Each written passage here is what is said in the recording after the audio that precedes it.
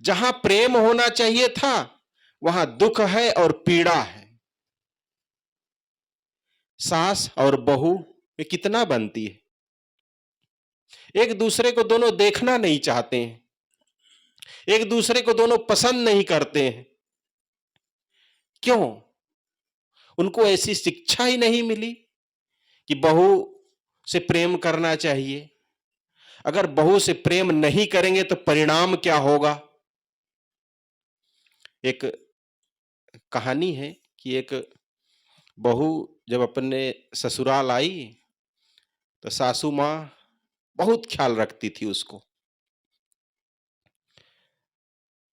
तो बहू को जब घर में दूध दही होता था तो घी निकाल करके बहू की दी, बेटी ले जा इसको अमुक कमरे में सुरक्षित रख दे। वो बहू घी का घड़ा लेकर के अंदर चली। आगे बढ़ा है सब लोग, सबको इसी में समाना है जितने लोग हैं। हाँ, तो मैं क्या कह रहा था कि सासू मां बहू को घी का घड़ा दी, कहीं अमुक कमरे में रखा। अब वो बहू घी का घड़ा लेकर के अंदर चली, पहनी थी साड़ी नई नई, और पैर आपस में दोनों फंसा, साड़ी पर पैर पड़ा और लेके घी का घड़ा गिर गई। अब गिरी तो भाई घी का घड़ा फूट गया और घी पूरा बह गया। अब इतना एकदम कांप गई डर से एकदम। अब आप ही सोचिए क्या हालत होगी। वो तो ससुराल है, यहाँ नैहर में हो जाता है तब बच्चियां परेशान हो जाती हैं। कहीं एक तो गिलास टूट जाए टेबल पर रखा हुआ तो चुपके से बच्चे जोड़ के रख देते कि कौन तोड़ा, किसी को पता ना चले। जब मम्मी झाड़ू लगाने आती तब देखती हैं मेरे से टूटा कि किससे, उसको पता ही नहीं लगता है। तो ससुराल में उससे पूरा घी 5 किलो 10 किलो जो भी रहा हो पूरा बिखर गया। अब किसी से कुछ नहीं बोल रही है। जब आवाज आई तो सासू मां को लगा अंदर कुछ हुआ लगता है। वो अंदर चल दी, देखी तो देखती है तो उसी घी में लसफस पड़ी है बहू। तो उसको उठाई बहू को, कहा बेटी तुझे कहीं लगा तो नहीं। तो कहीं नहीं माता जी, लगा तो नहीं लेकिन घी पूरा खराब हो गया।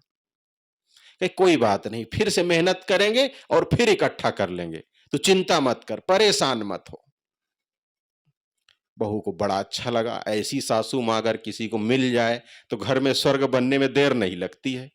कि तो हमारे माँ से भी ज्यादा, हमारी माँ होती तो 2 ठो पीछे तो लगा ही देती, तो चलती ही कूद कूद के है, गिरेगा क्यों नहीं।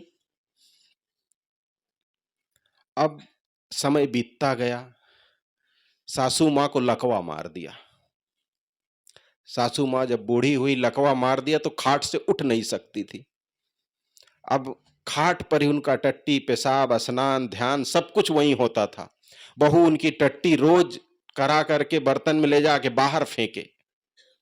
एक दिन सासू मां पूछ ली बहू से, बेटी तू मेरी इतना सेवा करती है, मेरी टट्टी तक फेंकती है, इतना ध्यान रखती, इतना साफ सफाई करती है, तुझे गंध नहीं आती है। तो जानते हो बहू क्या कहती है, नहीं माता जी मुझे गंध नहीं आती, मुझे घी की सुगंध आती। बंधुओं, ये घटना हमारे घर में भी घट सकती है। अगर हमें अपना बुढ़ापा सुखद बनाना है तो, अगर जिन सासू मां को अपना जीवन अपना बुढ़ापा सार्थक बनाना है, स्वर्गमय बनाना है, तो उनको ये परिवर्तन अपने शब्दों में लाना होगा। अपने शब्दों में मिठास लानी होगी, बहू बहू के लिए प्रेम लाना होगा। सोचिए थोड़ा सा प्रेम दी सासू मां और बहू जीवन भर उनकी गुलाम बन गई। और बेटी से ज्यादा बेटियां कहां सेवा कर पाती, बेटी तो शादी होने के बाद तो फोन करते रहो आप, कहां आ पाती हैं जल्दी से। कभी कभार आए हॉस्पिटल में मुंह दिखा के चले गए, बस। सेवा करने वाली तो बहू ही होती है। लेकिन अक्सर घरों में बहू से तनातनी ही रहती है। तो हमें ध्यान देना चाहिए कि प्रेम का रंग चढ़ाएं अपने जीवन में।